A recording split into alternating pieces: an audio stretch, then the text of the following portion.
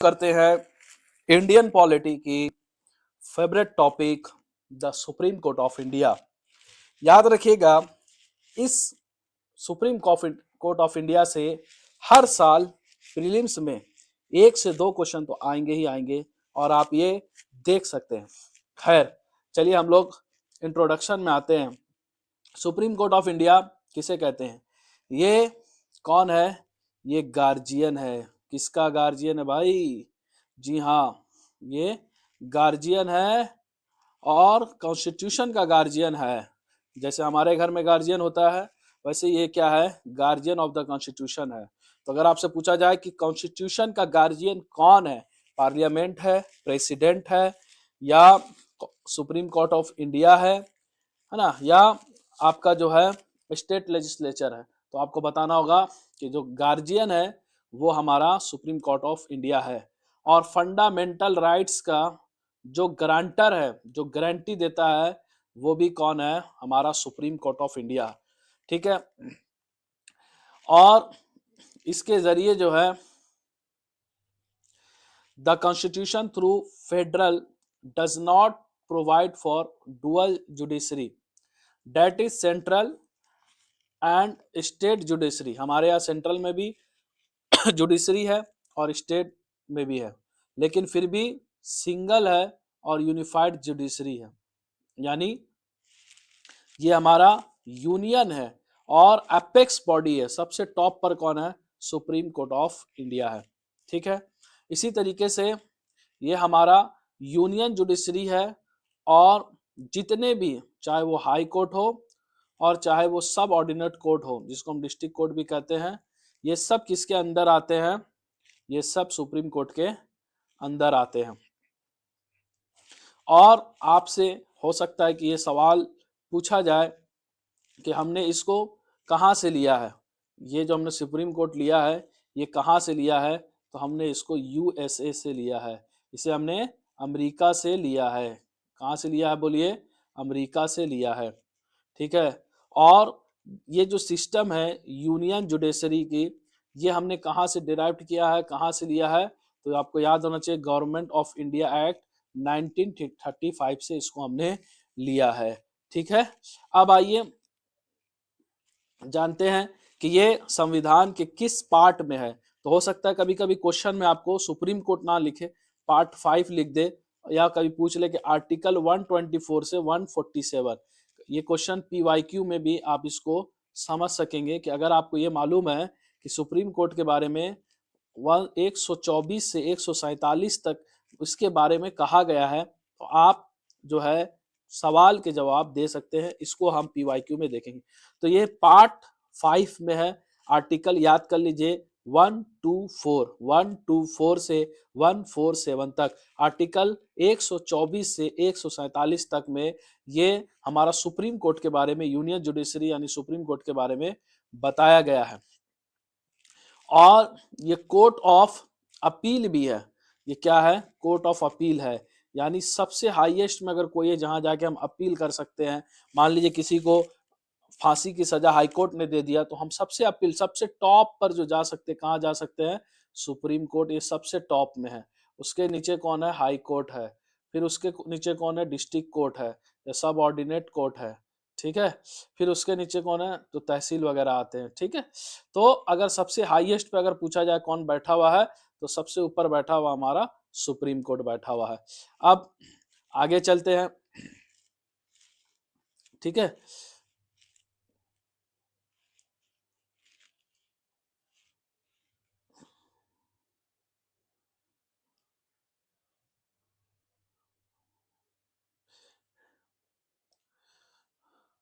तो चलिए अब हम देखते हैं कि इसकी अपॉइंटमेंट कैसा होता है, किस तरीके से होता है, चीफ जस्टिस और अदर जज का।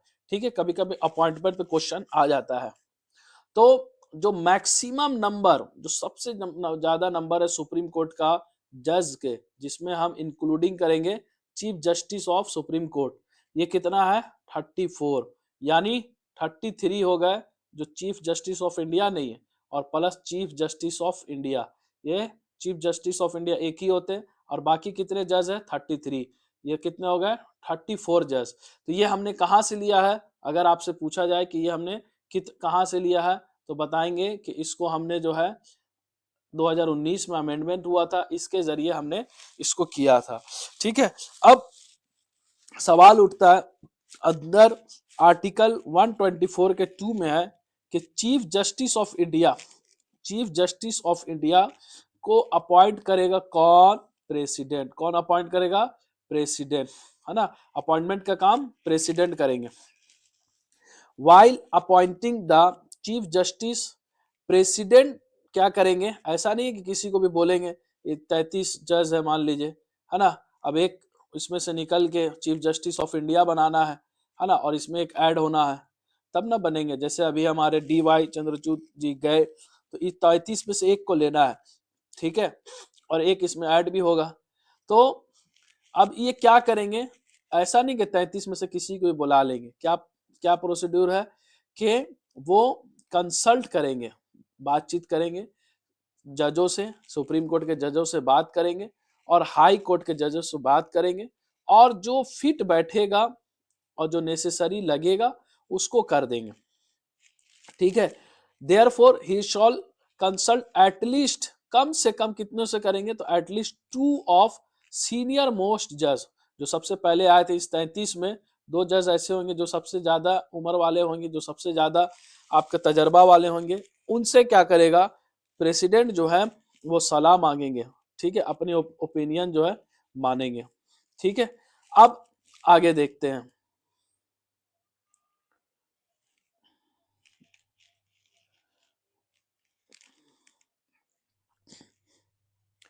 जी हाँ, आगे देखते हैं कि सुप्रीम कोर्ट का जज बनने के लिए क्या क्या एलिजिबिलिटी चाहिए और इसके जज को किस तरीके से अपॉइंट किया जाता है। तो सुप्रीम कोर्ट का जज कौन बनेगा? जो सिटीजन ऑफ इंडिया होगा, फॉरेनर नहीं बनेंगे।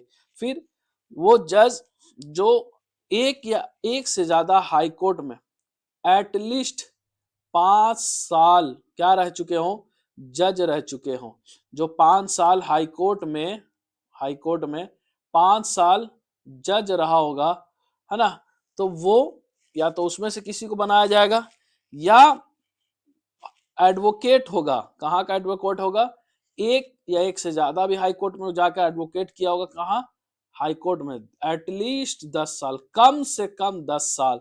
तो हाई कोर्ट में अगर वो जज है, हाई कोर्ट में अगर वो जज है तो 5 साल, और अगर वो वकील है तो उसको लगेगा 10 साल, है ना।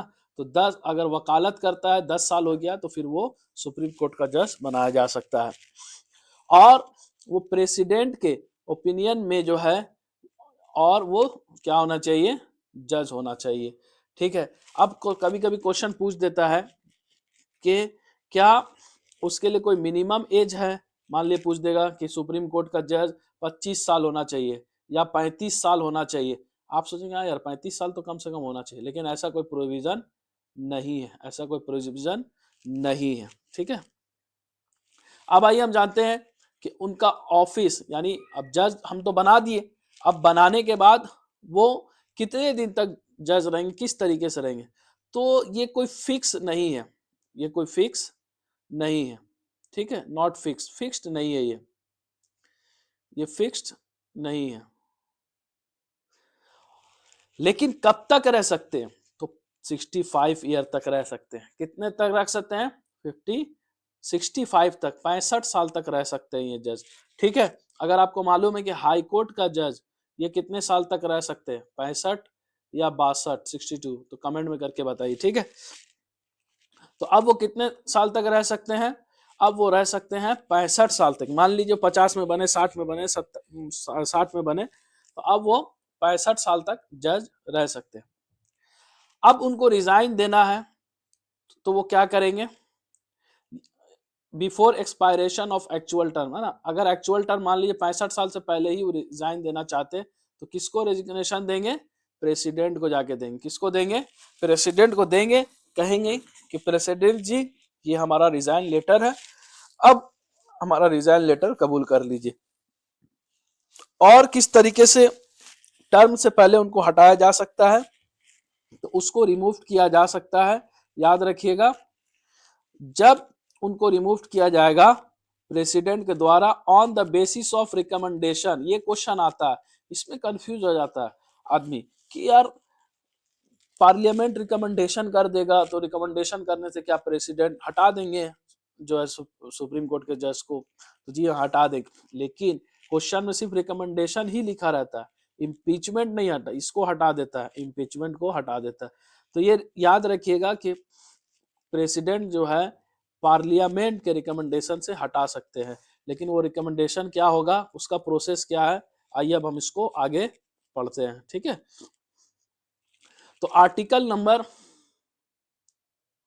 124 का 4 में लिखा हुआ है कि रिमूवल ऑफ जजेस और सुप्रीम कोर्ट, ठीक है, सुप्रीम कोर्ट का जज और इसको किस तरीके से हटाया जा सकता है, तो by the president upon the address of both houses, Lok Sabha और राज्यसभा। ये पूछ देता है क्या खाली लोकसभा में पूछा जा सकता, हटाया जा सकता है या राज्यसभा में भी? तो याद रखिएगा दोनों में से कहीं से भी।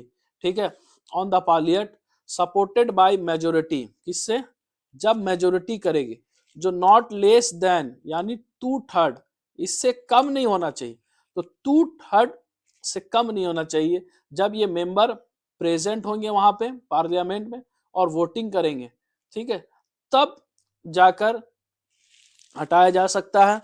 और जब इनको हटाया जाएगा तो किस वजह से? जब मिसबिहेवियर प्रूफ हो जाएगा या इनकैपेसिटी, इनके अंदर कैपेसिटी नहीं है ना, तब जाकर उन्हें हटाया जा सकता है।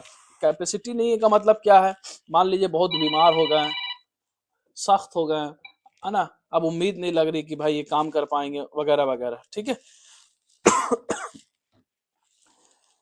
ठीक है, तो द प्रेसिडेंट मस्ट, एकदम जरूरी है कि जो पास करेंगे order of removal of the जज इन सेम सेशन, वही सेशन में करेंगे।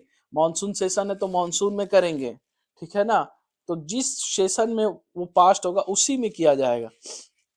इन which the parliament pass the resolution, मान लीजिए मॉनसून सेशन में पास हुआ तो पार्लियामेंट उनको मॉनसून सेशन में ही जज को हटाया जाएगा। ठीक है, अब आर्टिकल नंबर 125 में 24 के 5 में कहता है ये पावर देता है पार्लियामेंट को to provide the law by procedure by the introduction of resolution in the parliament and method of investigating the charges against the जजेस द पार्लियामेंट पास द जजेस इंक्वायरी एक्ट 1968। तो ये पावर आर्टिकल नंबर 124 के 5 में दिया गया parliament को कि वो इसमें क्या करे, इन्वेस्टिगेशन करें। ऐसा तो नहीं है कि भाई चलो कोई बोल दिया तो हम हटा देते, नहीं, इन्वेस्टिगेशन करें। ठीक है, तो अंडर दिस, इसके जरिए जो है रिमूवल ऑफ जजेस ऑफ सुप्रीम कोर्ट और high court can be introduced in either the house of parliament.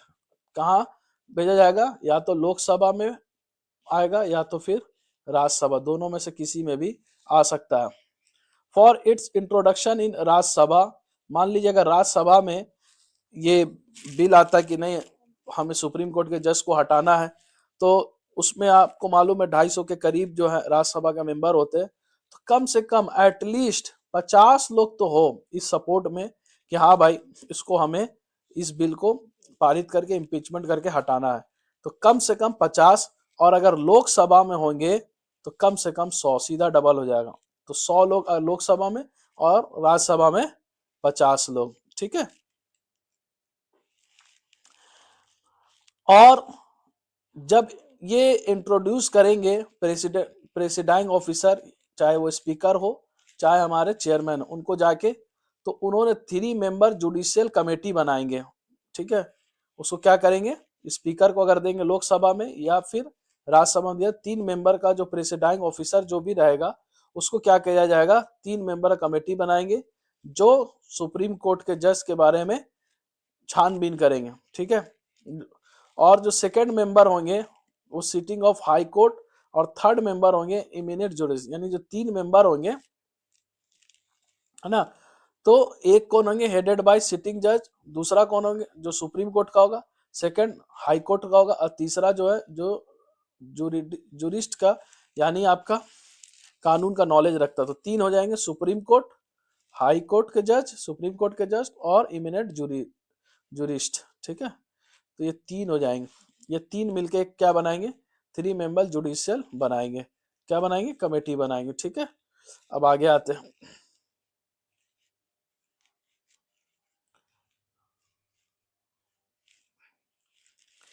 If speaker या चेयरमैन एडमिट, अच्छा जरूरी नहीं है, कंपलसरी नहीं है कि भैया राज्यसभा या लोकसभा, ठीक है, ये अपना चेयरमैन को देंगे या स्पीकर को देंगे, तो जरूरी नहीं है कि एडमिट कर ही ले, उनका मर्जी है, करे चाहे नहीं करे, वो देखेंगे करना चाहिए नहीं करना चाहिए जो भी, ठीक है। जब ये एडमिट कर लेंगे तो 3 मेंबर की कमेटी बन जाएगी, जो मैंने आपको बताया, जो सुप्रीम कोर्ट के जज होंगे, chief justice of high court होंगे, और जो है जो डिस्टिंग्विश्ड जूरिस्ट के नॉलेज रखते हैं, वो एक्सपर्ट पर्सन वो होगा, ठीक है। अब इसके बाद आते हैं जो कमेटी इन्वेस्टिगेशन करेगी, ठीक है, तो after concluding investigation committee will submit its report, तो अब वो क्या करेगी, रिपोर्ट को सबमिट करेगी, तो चाहे स्पीकर होंगे लोकसभा में या फिर चेयरमैन होंगे राज्यसभा में, है ना, who will then they let the report before the relevant house of the parliament, वो क्या करेंगे, उस रिपोर्ट को उस पार्लियामेंट में रखेंगे। अगर रिपोर्ट फाइंडिंग मिसबिहेवियर और incapacity, the motion of removal will be taken up consideration and debate. अब मान लीजिए कि सुप्रीम कोर्ट का जज या तो दोषी पाएंगे या तो दोषी नहीं पाएंगे, तो 2 कंडीशन होगी, जब दोषी पाएंगे तो अब क्या किया जाएगा, इस पर बहस होगा, डिबेट होगा, सोच विचार किया जाएगा, ठीक है। उसके बाद क्या होगा, the motion for removal is required to be adopted by each house, दोनों हाउस से सहमति होना जरूरी है, लोकसभा से भी और राज्यसभा से, खाली एक में अगर होता है तो भी नहीं, दोनों में होना जरूरी है, बाय पार्लियामेंट, और स्पेशल मेजोरिटी 2/3 मेजोरिटी से भी होना जरूरी है, ठीक है। और जब ये मोशन दोनों हाउस में अडॉप्ट कर लिया जाएगा तो किसको भेजा जाएगा, फिर प्रेसिडेंट को भेजा जाएगा कि अब आप साइन कर दीजिए, हम लोग सोच विचार करके 2/3 से ज्यादा मेंबर ने इसको दे दिया, अप्रूवल कर लीजिए, ठीक है। अगर 3 मेंबर जुडिशियल कमेटी है, अगर ये मिसबिहेवियर और इनकैपेसिटी पाती है, तो ये इंपॉर्टेंट है, याद रखिएगा कि क्या वो बाइंडिंग है, क्या वो मतलब कंपलसरी है कि नहीं, जो आपका ये बैंडिंग नहीं है, किसके ऊपर बैंडिंग नहीं है, पार्लियामेंट में, कि रेजोल्यूशन पास करबे करें, ठीक है। अब 2/3 से वोटिंग होगी, वोटिंग होने के बाद देखा जाएगा पास होता है कि नहीं होता, लेकिन वो बाइंडिंग नहीं कि पास किया जाएगा ही, ठीक है।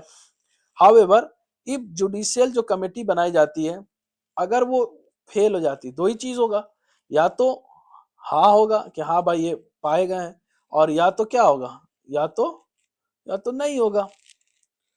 तो अगर हाँ पाए जाते हैं, है ना, तो parliament can not take up their resolution for pass, अगर मान लीजिए जुडिशियल कमेटी फेल हो जाती टू इस्टेब्लिश मिसबिहेवियर, वो पाती कि नहीं भैया ये सुप्रीम कोर्ट के जो जज है ये तो नहीं पाए गए हैं, ऐसा नहीं होगा कि जब वो नहीं पाएंगे तो पार्लियामेंट उसको पास कर देगी नहीं पाने के बावजूद, बल्कि parliament can not take up their resolution to pass, अगर वो नहीं पाएंगे तो पास नहीं होगा, अब आगे तो कोई मसला ही नहीं है, बात खत्म होगी।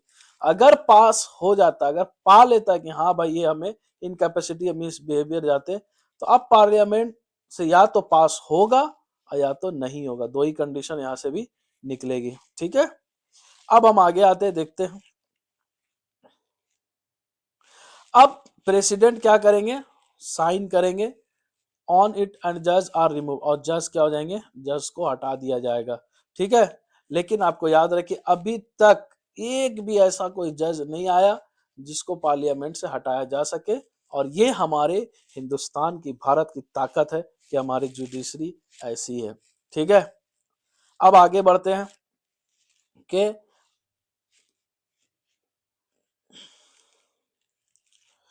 तो अब हम देखते हैं कि हमारे संविधान में जो प्रोविजन है, ताकि हमारे जो जुडिशियरी है, जो हमारे जजेस है, उनको इंडिपेंडेंस मिला जा सके, तो उसको क्या इंडिपेंडेंस दिया गया, टर्म ऑफ ऑफिस यानी 65 ईयर, का टर्म है, यानी अगर आज कोई मान लीजिए 30 साल की उम्र में जज बन जाता है तो अब वो 65 साल तक नहीं हटाया जा सकता, है ना, उनको हटाना इतना आसान नहीं है। तो जब आसान नहीं है हटाना तो इसका मतलब ये हुआ कि वो बिल्कुल निष्पक्ष जो है फैसला करेंगे। ठीक है। दूसरा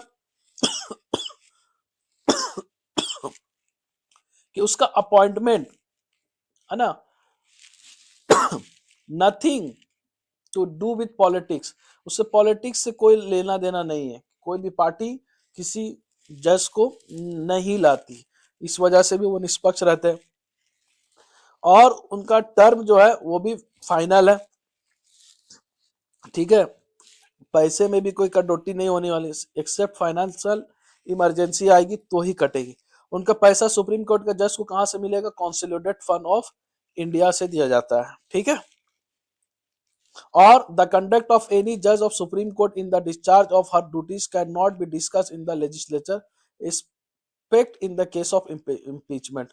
इम्पीचमेंट के अलावा, ठीक है, किसी भी जज के बारे में सुप्रीम कोर्ट का ये उसके ड्यूटी के बारे में कहीं और डिस्कस नहीं किया जाता जब तक इम्पीचमेंट ना आ जाए। ठीक है। तो ये भी उनके लिए एक बहुत बड़ी राहत की बात है और वो निष्पक्ष होकर काम करेंगे। फिर prohibition on advocacy post retirement, तो क्या वो रिटायरमेंट के बाद एडवोकेट बन सकते हैं जाके? तो आप बोलेंगे नहीं बन सकते हैं। ठीक है। क्यों? क्योंकि मान लीजिए अगर आप जाके फिर कहीं और एडवोकेट बनना होता, किसी और जगह में वो काम कर सकते हैं, तो क्या होता कि वो उस कंपनी के या किसी आदमी के पक्ष में काम करते। तो जब वो बन ही नहीं सकते हैं, बनने के बाद उनको, है ना, घर भी मिलना रहता है उनको, जो है रिटायरमेंट के बाद भी पेमेंट मिलते रहता, तो बिल्कुल आराम से वो जिंदगी जी सकते। 65 साल के बाद, है ना, आराम से जिंदगी जीने में क्या दिक्कत है, आराम से उनको पेंशन वगैरह सब मिलते रहेगा। फिर सुप्रीम कोर्ट का पावर है टू पनिश कर सकता किसी भी आदमी को फॉर कंटेम्प्ट ऑफ कोर्ट, अगर कोर्ट की कोई, है ना, अपमान करता, अवहेलना करता उसकी, है ना, तो सुप्रीम कोर्ट क्या कर सकता है? पनिश कर सकता है। अच्छा, सुप्रीम कोर्ट के पास ये फ्रीडम है जो अपना ओन स्टाफ जो वो सेलेक्ट करता है वो खुद से ही करेगा कि कौन हमारे ऑफिस में क्या बनेंगे नहीं रहेंगे वगैरह वगैरह, ये सारा वो खुद ही करता है। ठीक है। और नो वन कैन करटेल, उसके पावर को कोई भी करटेल नहीं कर सकता jurisdiction of the supreme court. ठीक है। तो पावर, सुप्रीम कोर्ट का जो पावर है कोई घटा नहीं सकता, पावर घटा नहीं सकता। हाँ, पार्लियामेंट चाहेगी तो बढ़ा सकती है, बढ़ा तो सकती है, ऐड कर सकती है, लेकिन घटा नहीं सकती है। ठीक है।